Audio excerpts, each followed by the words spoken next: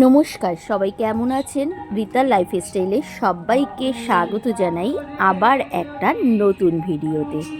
সন্ধ্যাবেলা ছেলেকে পড়তে দিয়ে আজ চলে এসেছি। এখানেই একটা মন্দির আছে যেখানটায় আমি বসে থাকি, তার পাশেই। খুব সুন্দর এই মন্দিরটা, বিরাটিতে।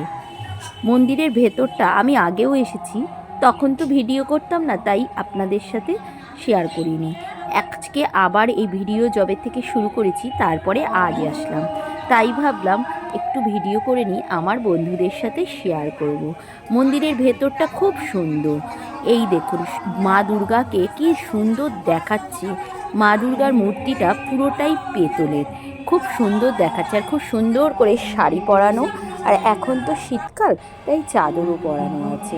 চারিদিকে লোক সন্ধ্যাবেলায় এসে এখানে বসে থাকে। অনেক মানুষ আছে। দেখুন, এখানে শিব ঠাকুরটা এত সুন্দর, সব সময় ওপর থেকে জল পড়ছে। আর মন্দিরের সবচেয়ে ভালো লাগার জিনিসটা হলো আমার, এখানে প্রচুর গাছ আছে। দেখুন, চারিদিকটা গাছ, খুব সুন্দর করে গাছ দিয়ে সাজানো। মন্দিরটা বহু পুরনো, অনেক বছর আগের, বলছে প্রায় 100 বছর তো হবেই। মন্দিরের অনেক দেওয়ালগুলো আছে ভেঙে গিয়েছে। ওদিকে দেখলাম কাজকর্ম হচ্ছে। এখানে দেখুন, বাবা গোপালের সন্ধ্যা আরতি হচ্ছে।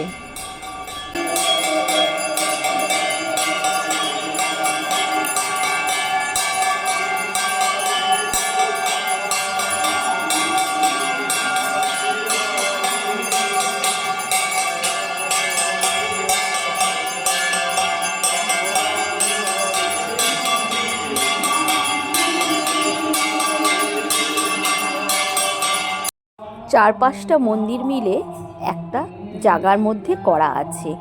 দুর্গা ঠাকুরের মন্দির, রাধাকৃষ্ণের মন্দির, এখানে হলো শিব ঠাকুরের। দেখুন, ছোট্ট শিব ঠাকুরটা কিন্তু খুব জাগ্রত।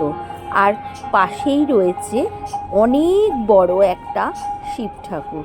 এরকম শিব ঠাকুর আমি আগে কখনো দেখিনি। এই দেখুন, আপনাদেরকেও দেখাই, চলুন। এই দেখুন কি সুন্দর করে বানানো। দেখুন, মনে হচ্ছে স্বয়ং বাবা মহাদেব এসে এখানে বসে আছেন। অপূর্ব দেখতে, আর মুখটা এত সুন্দর। কি বলছেন, ভালো লাগছে তো? আমার ভিডিওর মাধ্যমেই আপনারা যতটা দেখতে পাচ্ছেন, আমার তো দেখে এত ভালো লাগে। মাঝে মাঝেই আমি এই মন্দিরটায় যাই। আর এখানে হলো চৈতন্যদেবের মন্দির। এখানে সবসময়ই নাম কীর্তন চলে। এখন অবশ্য মাইক বাজছে, কিন্তু সন্ধ্যা হয়ে গিয়েছে, সন্ধ্যা আরতির পরেই এখানে কীর্তন শুরু হয়। আর এখানে দেখুন, এই ছোট্ট গোপাল বাবাকে অপূর্ব সুন্দর লাগছে। এখানে বৃন্দা দেবীও আছেন, রাধাকৃষ্ণ, সব ঠাকুরের মূর্তি রাখা রয়েছে। এই জায়গাটাতে বসেই সবাই নাম কীর্তন করে। দেখুন, আমি একটু ঘোরাঘুরি করে তারপরে টাইম হয়ে গিয়েছিল ছেলেকে নেওয়ার, চলে আসলাম ছেলেকে টিউশন থেকে নিয়ে বাড়ি ফেরার জন্য। আজকের ভিডিওটা এখানেই শেষ করি। সবাই খুব ভালো থাকবেন, আমার পাশে থাকবেন।